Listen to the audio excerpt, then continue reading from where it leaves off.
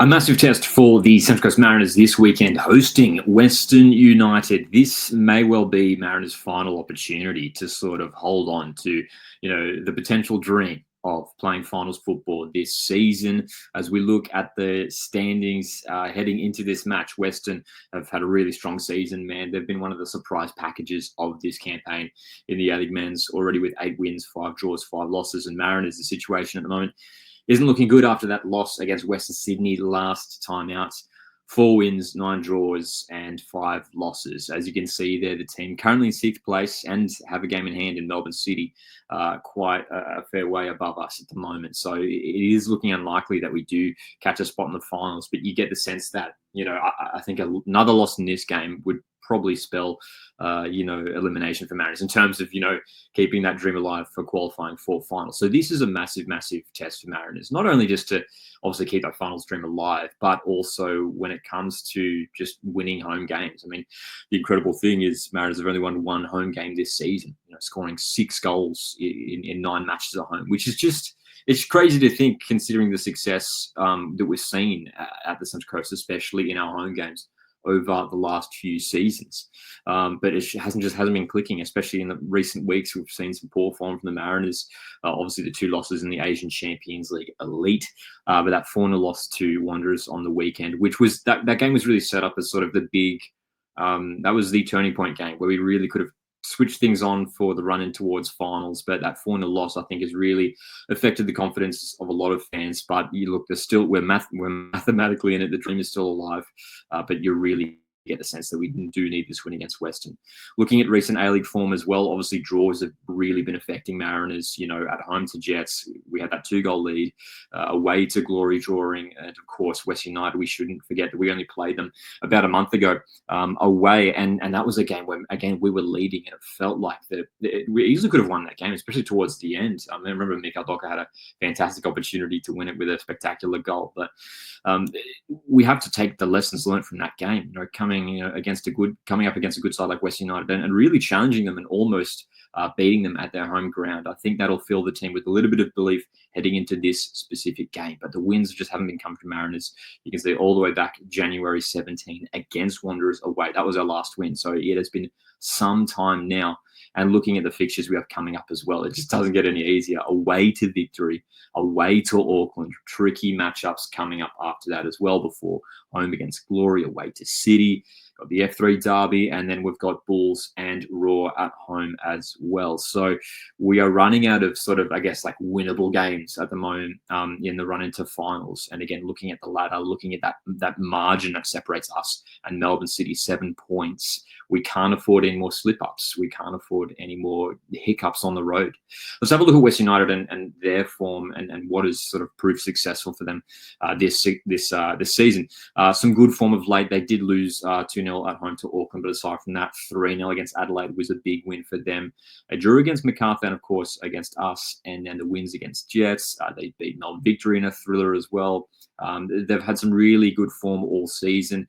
I remember that famous 4-0 win away against Auckland in December was a real sort of that was a real statement from West United that they are the real deal this season, and they deserve to be where they are on the ladder right now in 3rd spot. They have been so impressive. There are some weak spots that I think we can exploit, but we're going to have to be at our best to get a result in this game. We'll take a look at Western's lineup against Adelaide, where they managed to get 21 shots, 11 on target. Didn't have as much possession as the Reds in that game, but having a look at the lineup that they have been deploying, it's been very consistent as well from John Aloisi's side. Sutton is a fantastic goalkeeper. He's been very, very good, consistent back four. And Russell, Imai, Leonard, and Garuccio, those 2 central defenders have been pretty solid this season. Dylan Leonard's just 17 years of age and has been having a real breakout season. In the wide areas, Grimaldi and Wallerty, 2 very, very dangerous players. Dan Zaki's been good as well, but especially Wallerty on that left-hand side, a big test for, we expect it to be Storm Roos starting at right back again to really nullify Wallerty, who will look to exploit the sort of the spaces, especially when Mariners shift to sort of that back 3 when in possession. Wallerty will look to exploit that space sort of on that left-hand side for Western. Mariners have to be wary of any space that's going to be exploited down our right-hand side. And the 2 strikers, man, I mean, this is the real danger area for West United. Noel Botic, Ibusuki, this is a real test now for the likes of Kautak, of Trent Sainsbury to just silence these guys in this game, because they have been so good. Ibusuki is tall, he's strong, he holds up the ball really well. And Noah Botic is just a great all-round striker. I think he's got great pace, great finishing ability. The thing is with these strikers is that if they get even half a chance, they will take their opportunities. And unfortunately, what we're seeing from the Mariners in recent weeks is, even in defense from some of our more experienced players, some, mistakes, some cheap giveaways. And that, we saw that against Wanderers on the weekend. We'll look at that lineup now. That's what really helps Wanderers in the end. Some of Mariners just, trying to play out from the back, move it through midfield, getting caught on the ball, wayward pass, and all of a sudden we concede. We have to try and get those errors out of the game. So we need big matches from those guys. Sainsbury, Kautak at the back as well. Nathan Paul, another question mark to think about. We'll have to hear from you guys is whether, should we sort of stick with this system that we have been playing for most of the season, where we're, sort of a back three in possession, then we're out of possession going to that back four. I'm almost wondering now if at this point in the season where we're unable to win games. Like, that's the reality. This team and the way we're playing right now is unable to win games. And that's, that's not a hot take. That's a fact. We're just not winning games. We've won one home game this season in the A-League Men's. It's unacceptable. I wonder whether Mark Jackson should, at this point in the season, we're getting to desperate stages now. If we want to play finals football, shake things up tactically. Maybe he just goes to sort of just a set back four and just stick with that. Maybe really sort of utilize maybe whether we go to two strikers again. We've done that at times this season, but whether it is Docker or Pizio sort of playing alongside Kowal, even DeLima or Brantman to come in, there's different options there as well.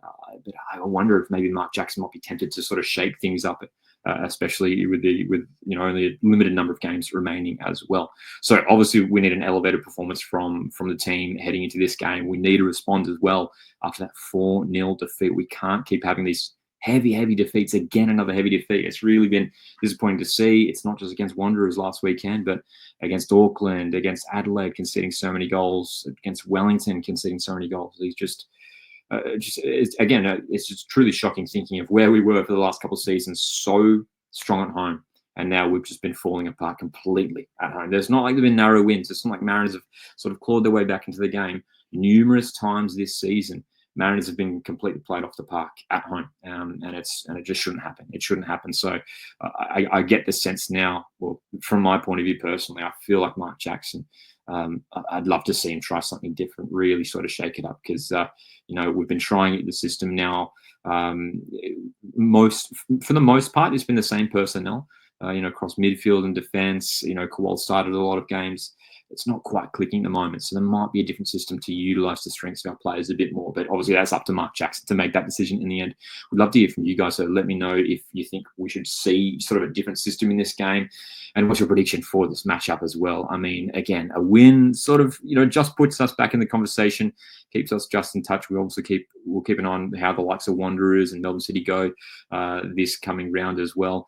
But Mariners, man, currently 21 points. We need a win. We need to gain some ground on the top 6. Drop your thoughts in the comment section. Thank you very much for tuning in. My name's Lockie, and I'll see you in the next one.